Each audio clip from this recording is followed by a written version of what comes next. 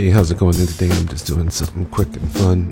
This is what I would call the poor man's explosion. Because you don't have to have a lot of money to do it. Okay, no, because you don't need bullet dynamics. So we're just going to make a box here like this.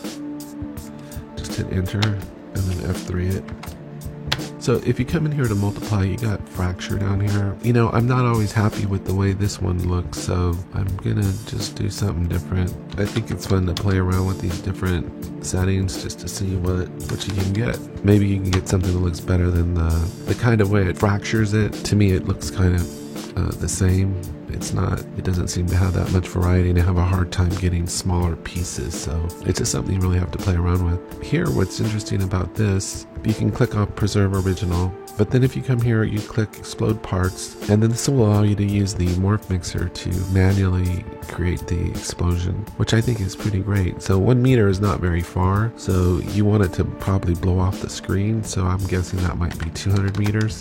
Explode randomness, I think you'd want that kind of high, but I'll just put that at 50. And then, like I said, you can play around with these different algorithms down here to see. You just go, okay. And it takes a minute for it to do its thing. I probably put too many numbers in there. I think it's doing its thing. Is it not doing its thing?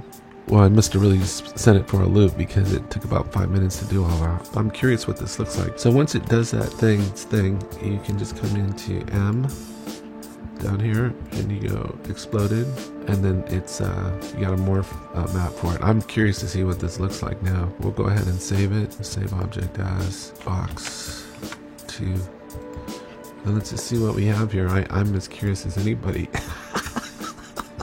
To see what this looks like.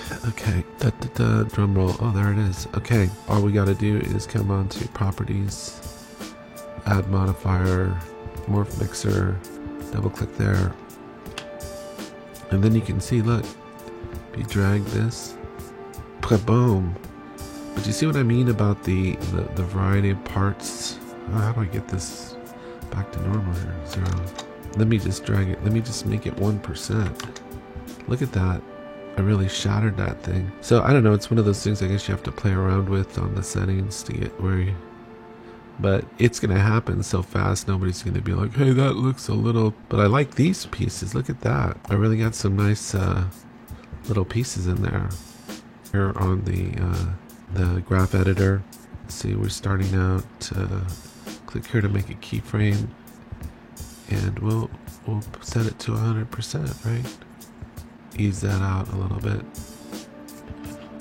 See what happens. That's my keyframes. See what this looks like. Oh, I started too late. I messed up on that. Let me go back in there.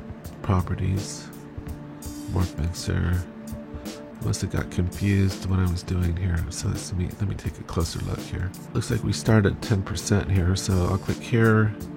I'll click on that keyframe. Frames, and I want the value at 0%. That's what I want. Okay, now, here we go.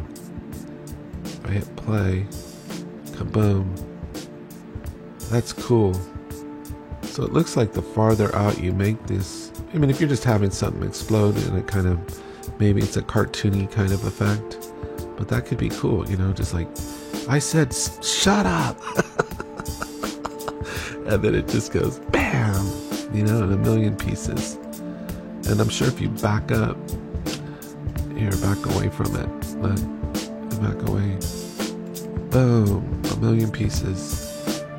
I said, whatever you do, don't drop the box. Okay, boom.